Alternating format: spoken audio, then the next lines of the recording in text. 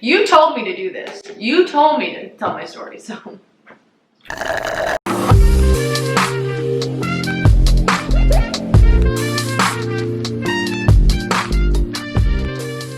Welcome back. Thank you so much for being so patient for this part 2. It really took me quite a little bit of time to figure out what direction I wanted to take this, and I really appreciate all of you just sitting in there waiting for me to post this part 2. I had a lot of people ask me about it, and a lot of people anxious to see me talk about some of the methods and approaches I've taken to training my feet since I left off in that last video. And that's what we're going to go into today. Last we spoke about my clubfoot journey, I left you off on the last medical treatment I've had, which was essentially my second surgery. And I kind of hesitated and said, the last time I saw a doctor, no wait, the last time I got medical treatment. And the reason for that is because of where I'm going to pick up today. And that is my childhood, adolescent years of dealing with clubfoot. I did mention in my last video that I got a card for my soccer team, so yes, I was active. I played soccer, I did cheerleading for a few years, I was in recreational sports as a kid, and to be quite honest, I wasn't good at them. I always fatigued quicker than my classmates. I just kind of chalked it up to being unathletic, being the chubby kid, and I just kind of felt like that was my lot in life, and I wasn't the sports kid. And I didn't have enough perspective to see it was more than just that. It was more than about whether I was good at a sport or not. And as a kid, that's all you know. You don't put into perspective the intricacies of your condition and why you can't do this the way that those kids do. And all I saw was, they're doing that, I can't. Or I can't do it to the level that they're doing it. So I never considered myself an athletic kid. And as soon as I was able to, as soon as my parents gave me the decision whether or not I wanted to continue youth soccer or cheerleading or whatever, I just opted out. I was like, nope, I'm good. I'm sick of being the last one in the warm-up lap. I'm sick of being the one who just wants to sit down. I left it behind, and I didn't really think that it was something that I would pick up again. And now, spoiler alert, I'm a personal trainer and a rugby player. Turns out I was athletic this whole time.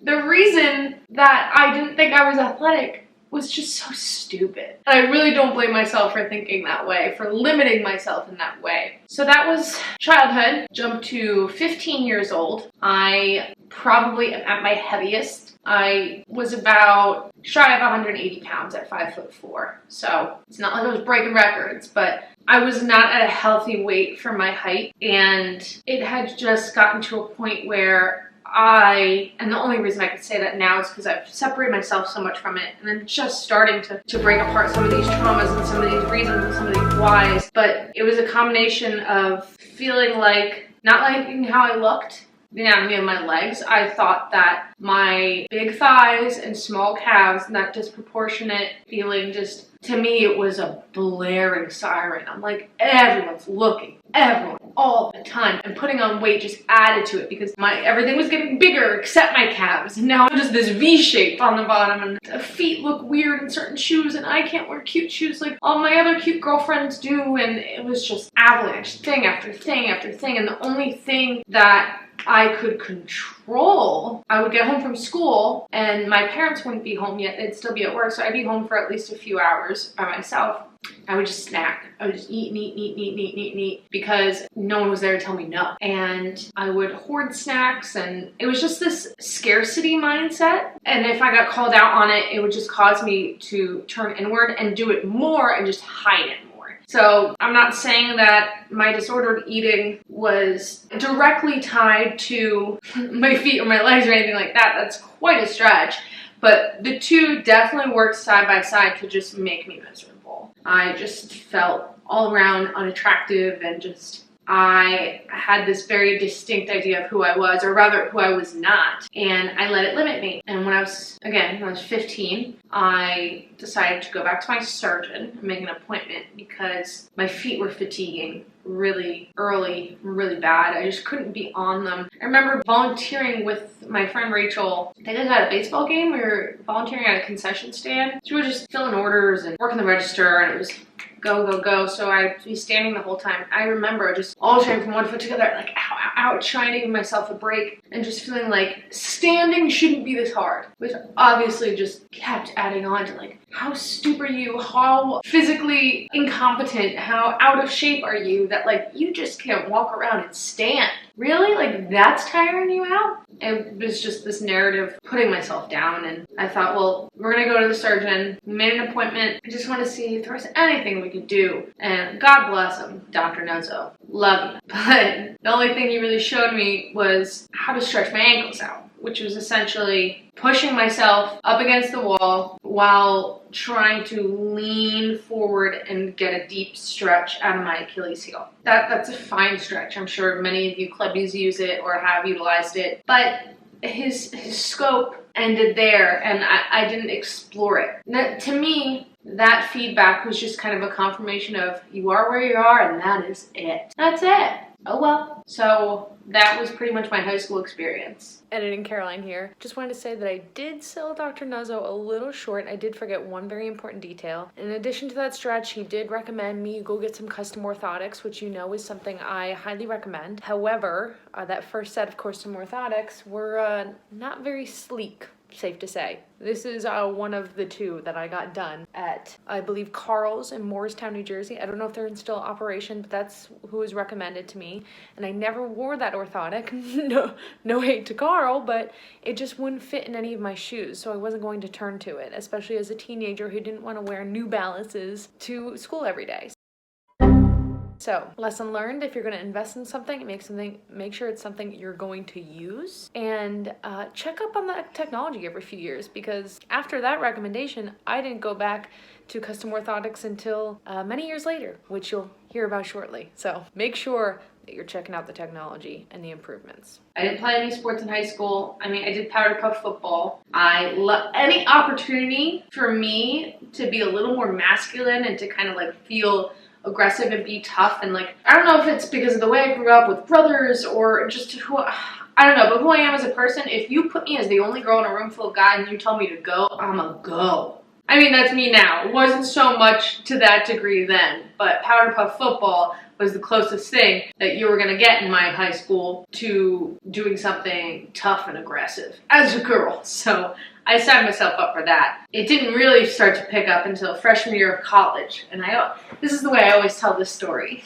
I was in my dorm, walking the hallway, and there was a sign that said, women's rugby, no experience necessary. And I thought, well, I have that. I showed up at the first practice. And thinking back now, that was so unlike me to just put myself out there and try something completely new. But it said no experience necessary, so I showed up, but I fell in love. I was like, rugby? Tackling? Hitting? That desire to like be tough, be badass, outweighed my fear and anxiety of failing at something physically, at being awkward socially. And the fact that the flyer said I didn't need experience, I was like, well, I am bound to be not the only person who's going to show up having no idea what they were doing. And the picture of these girls on this flyer, the picture of the team, there was girls of all shapes and sizes, and tall and short and thin and wide and bulky and lean, and just everyone.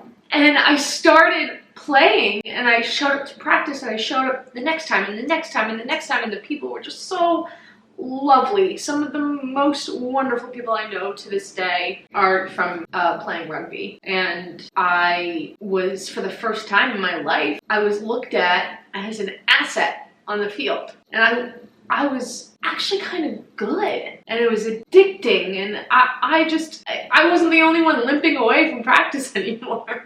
Everyone was feeling a little rough, and I didn't feel different at all. I remember that first practice, in rugby there's a lot of different positions. That first practice, one of the coaches took a look at my big quads, my big thighs, my quad dominant legs, and I'll get into a little bit why that is, and said, you're gonna be a great prop. That's what I started out in rugby, as a prop, tight head. I was like, wait, you're looking at these legs and you think they can do something? That's crazy. So I got addicted right off the bat, and just like feeling like running wasn't even, you know, making me miserable anymore. Like while it was happening, I wasn't happy, no, but like I was running for a purpose. I was running to get a tackle. I was running to get to a ruck. I was running, you know, pulling off of a scrum. I didn't have time to think about how tired I was because my mind was on the game, and it's still like that to this day. Like I can hit 180 beats per minute with my heart rate during rugby practice and not even blink because I am just, my brain is elsewhere. I did transfer after my freshman year to a new school that didn't have a rugby team. I tried to play for the city team, and the commute was just too bad. I was in the school in the Bronx. I had to take the subway all the way up to Chelsea Pier and back. It was just a lot. So I didn't stay with that team for long. But as soon as I graduated and I came back home, I moved back home, the first thing I did as soon as I got settled and like I got an apartment, got a job, like knew I was going to be in the area for a while, joined a team right off the bat. Shout out Lehigh Valley. You guys, my soul team. That was my experience with rugby, which really helped me to open my eyes to some of my capabilities and stop limiting myself and start thinking, maybe I will do that. Without rugby, I would not be in the position I am today.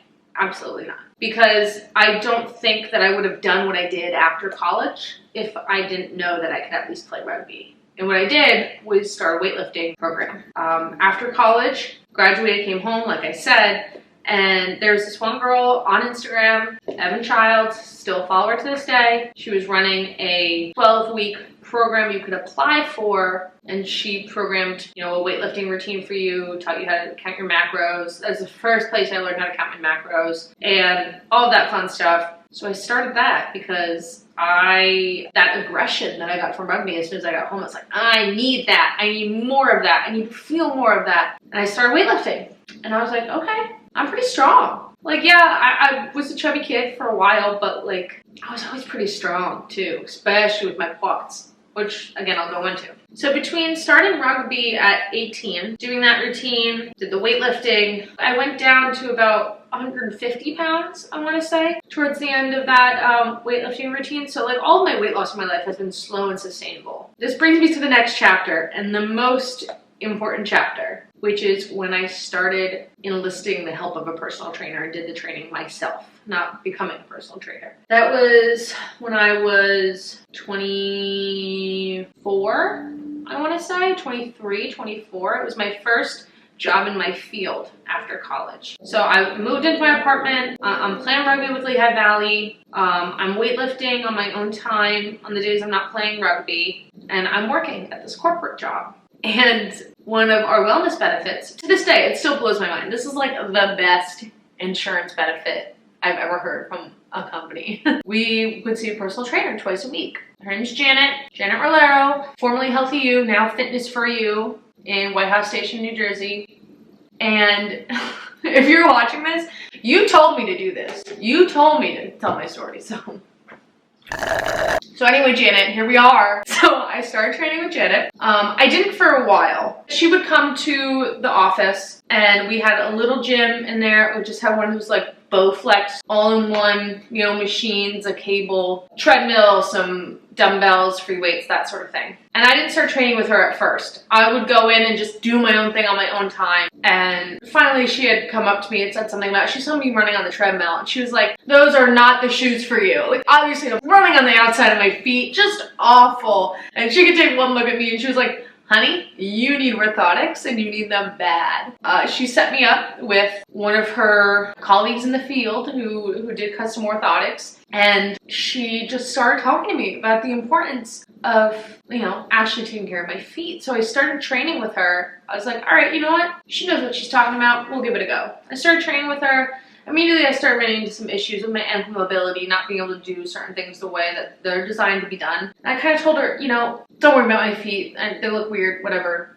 It is what it is. I remember saying that. It is what it is. And she was like, sorry, I had to replace the battery. And now I'm accompanied by a very special co-host, Aveen. So anyway, as I was saying, Janet, in her infinite wisdom, was able to just, by looking at me, could tell that there were things to be done. And this is the part that of my story that I always emphasize and repeat to people when they say that they're at the end of their rope with development with their feet. I do like to acknowledge that there are some people who, I don't want to give people false hope saying, oh, you're not doing everything you can, or, you know, your feet could be in such better shape, or, you know, what have you. Like, this is where I repeat my earlier disclaimer in part 1, where everyone's case of clubfoot is different, and I'm not going to assume that you're not doing everything in your power. But my surgeon did not have the same scope that my personal trainer did. And Janet was able, with her knowledge about anatomy, physiology, and most importantly, kinetic chain, could tell that I wasn't at the end of my journey with my feet. And I'm so grateful that that was the case, because I have made so much progress since learning from her. And that progress, being able to see that progress in action, was the main reason that I became certified in personal training, is because I just was fascinated by it, and things at work just really inspired me to potentially help other people, especially people in my position. And most importantly, she really added so much more functionality in my life. This is where I want to go into the nitty gritty. We mostly focused on foot training. I've talked about that, especially in my Clubfoot purchases video. Uneven surfaces, practicing tuning into those different parts of the feet, focusing on activating each toe, the ball of the foot, the inner foot. Practicing balance on uneven surfaces is something that is now part of my regular routine. Like, a Bosu ball is a staple in my routine. Balance training, very key. Activating those parts of the foot that you may not be focusing on activating. Actually, for the first time ever, the other day, I moved each one of my toes individually. Like, I gripped the ground with each toe. I watched each knuckle turn white on my toes. Like, I actually activated each of my toes. And I was almost crying in the shower because I couldn't believe it. When it comes to mind muscle connection, it's called mind muscle connection for a reason. You have to practice activating those muscles just by thinking about it. It seems so dumb to be like, oh, just use the power of your brain. But it's so true. Forming those neuron connections is more important than the musculature. Building muscle is more about your brain than it is about your actual muscles. That's something that I use to this day to make progress with myself and with my clients. Another thing that we focused on that she really enlightened me to was hip weakness, especially in regards to kinetic chain. She kind of scared me a little straight at the beginning of our journey together by saying, you know, you don't do anything about your feet and your ankles now. It's just going to travel up to your knees, to your hips, to your back, to your shoulders, to your neck, until you're going to be older and immobile, because everything is connected. The foot bone's connected to the ankle bone. We started really training my ankles to be in alignment. They still aren't in alignment. They're never going to be in perfect alignment, but now I have the knowledge and the ability to correct myself and to stand in a more aligned way and to move my feet in a more aligned way and an intentional way when I'm exercising. She really enlightened me to that and made me realize that I had a lot of asymmetry and weakness, because my right foot is my more club foot. My right knee is out of whack more than my left knee, in line with my leg. My right inner thigh is weaker than my left inner thigh. So that asymmetry, and especially that inner thigh strength, is something that I'm now focusing on that I didn't focus on before. And I've seen so much improvement, especially with my lunges, knees over toes. I'm able to walk so much more intentionally, and I can pick up on it a lot easier with other clients too. I will notice if there's some asymmetry, or there's some hip weakness, or there's some kinetic chain dysfunction going on. I feel I can spot it so quick in other people now that I know it in myself, and help them with that, most importantly. Another thing that we worked on, and is a big part of a lot of people's clubfoot journey, is ankle mobility. Before I started seeing Janet, I couldn't do a calf raise. Could not come up on my toes. I still, it's never gonna be 100% normal. I still have issues not being able to get too far down on my squat. I've been training myself to try to do a pistol squat, which I don't really know if that's ever gonna happen. But it's in instances like those where my ankle mobility is very apparent, or immobility, I should say. But boy oh boy, can I come up so much taller on the balls of my feet now than I used to be able to. Most importantly, before, when I would do calf raises or anything that involved flexing my calves with flexing my ankles, I didn't feel my calves. I didn't activate my calves. They were just kind of there as a byproduct. You know, people would say, oh, my calves are so sore. I'm like, I cannot relate. My calves have never been sore in my life. I don't think they're being used. It's because they weren't being used. I was so quad dominant. Going back to the quads, I was so quad dominant because my body used the path of least resistance. It's called relative flexibility in personal training, and that means your body will use the parts of your body that work best and just avoid the parts that really don't. My ankles and my calves were just kind of like thrown under the rug, while my quads were getting bigger and bigger and bigger, to the point where the disparity between my quads and my calves was very apparent. And that's something that Janet was able to spot right away too. When we first started working on my legs, we laid off of the quad exercises. And the idea of my quads atrophying, my big strong quads that I could, you know, tough girl me, I could squat with these babies. I was terrified. I was like, I don't want to lose muscle mass.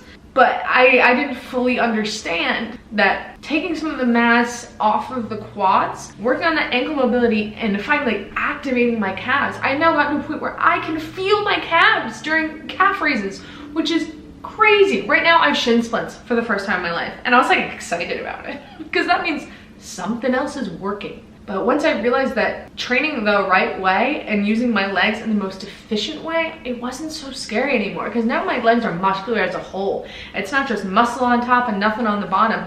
I can see myself operating. I'm going working on the gym and I'm looking at my form in the mirror. I see all the muscles working together instead of either sleeping on the job or carrying all the slack. I can see them all working together because of that practice of kind of laying off of one and focusing on the others. Again, that's something that I now incorporate into my training with my clients. I'm now able to spot some relative flexibility and kind of work around that to focus on the things that haven't been focused on and lay off on the things that have been focused a little too much on. And that lends to my methodology now that I always say to my clients that we should be doing the things we're shitty at.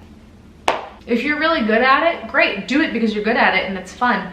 But don't just do that thing and then shy away from the things that frustrate you. Now I always am working on my balance, always working on my calves, always working on the things that I am bad at, and I've seen so much progress. I could go into volumes of different methodologies and different exercises that have worked for me. You know, I got bills to pay. I don't want to spill all my secrets. So that brings us to current day, because I think maybe a year of seeing Janet is when I got my personal training certification. I had always, even before Janet, just loved weightlifting, and you know, I was so deep in rugby and the weight was starting to come off more and cardio was coming easier to me and I was feeling more and more fit the more I just fell in love with exercise, and Janet was just the icing on the cake and the reason I really went for it.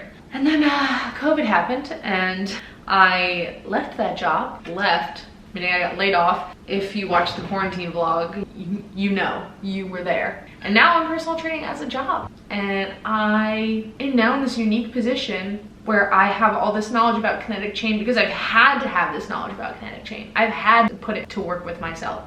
And now I have this advantage because it doesn't matter if you don't have club feet, it doesn't matter if you don't have issues, you still have joints and you have a body that utilizes kinetic chain. I have this unique lens that I'm able to look at my clients with, and I'm so grateful for it. Between my increased ankle mobility, just my knowledge of how to take care of my feet, investing in good sneakers, not wearing crap sneakers with no orthotics, otherwise Janet will yell at me. I just have such an intimate relationship with my feet and my ankles now, knowing how to take care of them, knowing how to work them, knowing what they need. And before I just shied away. Didn't want to deal with it. Let's focus on everything else, and it is what it is, so let's not do that. And I now know I was so wrong. So wrong. In summary, for the longest time, having club feet was something that just kind of sucked. I didn't spend a lot of time thinking about it. I just knew that it sucked and didn't want to talk about it. And now I've gotten to a point where it's something I cannot shut the hell up about, because I've made these discoveries, and with the help of people along the way giving me a boost, and now with my own knowledge, figuring out what works and what doesn't and what's been helping me improve, I can't help but want to share all of it all the time, because I get online and there, for a fairly common, you know, birth defect, no one's talking about it. So I decided I want to talk about it, and if I could help someone make some of the same improvements that I've made, Like, the thought of someone walking around with the mentality I had as a teenager of it is what it is, when there's a possibility that they could be in the position that I am now, like, it makes me angry. I'm like, no, no. Please, if you think that you are in a position where you have some improvements that could be made, if my story sounds like yours, please get in touch with me. I would love to give you some tips and tricks.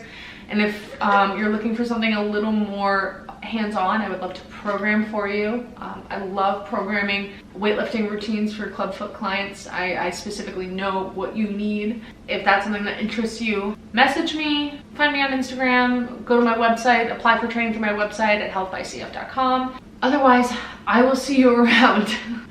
I feel like this was a fairly unorganized hodgepodge of consciousness, but I really hoped it helped you. If you have any feedback, any specific questions that I didn't answer in this video that you'd like to hear me extrapolate on, again, please message me and I would be happy to. I'm always looking to put more Clubfoot content there out into the world. So again, any specific requests, reach out. Until then, I will see you soon. I have a very special pair of shoes that I may have bought and told some of my Clubfoot community that I will be reviewing. Stay tuned for that. That's gonna be my next Clubfoot centered video. And I can't wait to see what you think about it. If you like this video, please give it a thumbs up, share, subscribe, comment, all of that fun stuff. I would love to have you guys as subscribers. I will see you soon. Have a great day and be kind to yourself. If your feet hurt, take a seat. All right, bye.